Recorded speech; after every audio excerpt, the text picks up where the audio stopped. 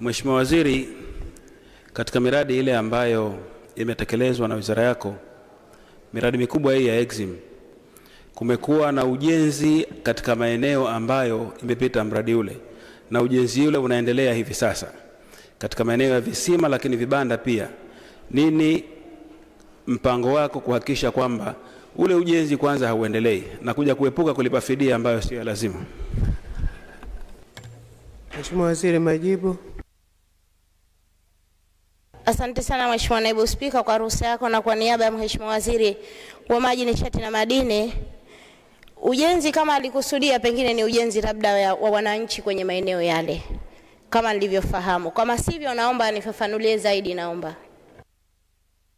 Mheshimiwa, fafanua zaidi. Mheshimiwa Naibu Spika, nakusudia ujenzi wa makazi katika maeneo ya uwekezaji wa maji ambao unaendelea hadi hivi sasa katika maeneo ya visima pamoja na vile vibanda vya ambavyo vimejengwa kwa ajili ya kusukumia au kuweka pampu.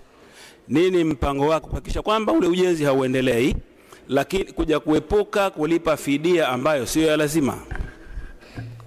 Asante sana Mheshimiwa Naibu Spika kwa ruhusa yako, na kwa niaba ya Mheshimiwa Waziri wa Maji, Nishati na Madini, naomba kumjibu Mheshimiwa Suleiman wa Jimbo la Chonga swali lake la nyongeza kama ifuatavyo. Mheshimiwa, mimi niwaombe wananchi na kupitia yeye mwakilishi na wakilishi wote, maeneo yale yaliyopita miradi ile ya maendeleo hamruhusiwi kujengwa wala kuwekwa vipando vya aina yoyote, kwa sababu tayari hile imeshakuwa ni mali ya Wizara ya Maji, Nishati na Madini yale maeneo, na ndio maana tunaenda kuwalipa wananchi hao fidia.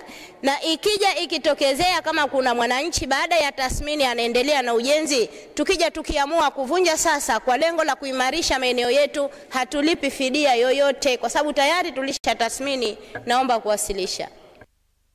Asante Mheshimiwa, tunaendelea.